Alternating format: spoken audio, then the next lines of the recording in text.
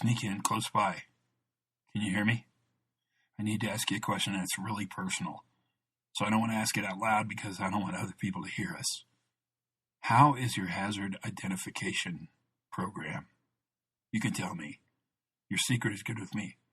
How is it? Is it good? You like it? Te gusto? How is that program?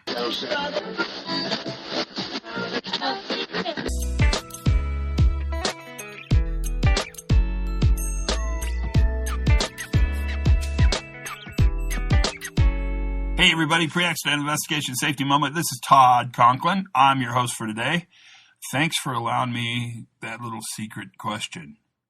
And I'll bet right now you're thinking, oh, this is going to be about hazard identification and hazard identification programs and the importance of hazard identification in a system. And I think all that stuff's important. I mean, there's no argument I'm trying to think of one. There's no argument I could make that would tell me that it's dumb to go out into your system and look for hazards and identify those hazards. This seems like a smart idea. But I would actually suggest that hazard ID alone is not enough. That's right, I said it. Are you freaking out? And yet I go to tons of places and it seems to be enough. They act like that's everything. Like we have a really good hazard identification program. We do hazard hunts all the time here. We look for hazards in our pre-job brief. But hazard identification is half the battle. Because once you identify that hazard, the other, maybe more important half is thinking about the controls that exist in that system.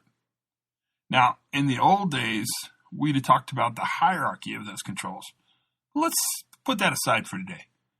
Let's just talk about the fact that if you identify a hazard, half of your job is done. The more important second half is to think about what are you going to do when that hazard is successful. What controls, what barriers, what safeguards, what systems exist that when that hazard comes to fruition, big word there, sorry, when it comes to fruition, what's going to actually keep that worker from interfacing with the energy that that hazard creates? Think about this. Because what I'm telling you is identifying the hazard is not enough. In fact, I would almost wonder if identifying the hazard without looking at the controls on the other side is almost malpractice, kind of immoral. Yep, there's a really dangerous thing out there. Be careful. That's not how it works. There's a really dangerous thing out there, and because it's out there, and when it happens, here are the controls we put in place. Don't start the job till those controls are there. Hazard identification is valuable. It's important, but it's not enough. And if your program only really emphasizes the first half of that equation, then ask yourself this: are we doing what we need to be doing in order to create an environment where we can actually have successful failure, where we can have graceful extensibility, where we can have resilience?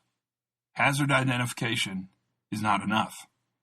It's hazard identification plus the identification of safeguards for when that hazard is successful. That's the safety moment for today. Learn something new every single day. Have as much fun as you possibly can. And for goodness sakes, you guys, be safe.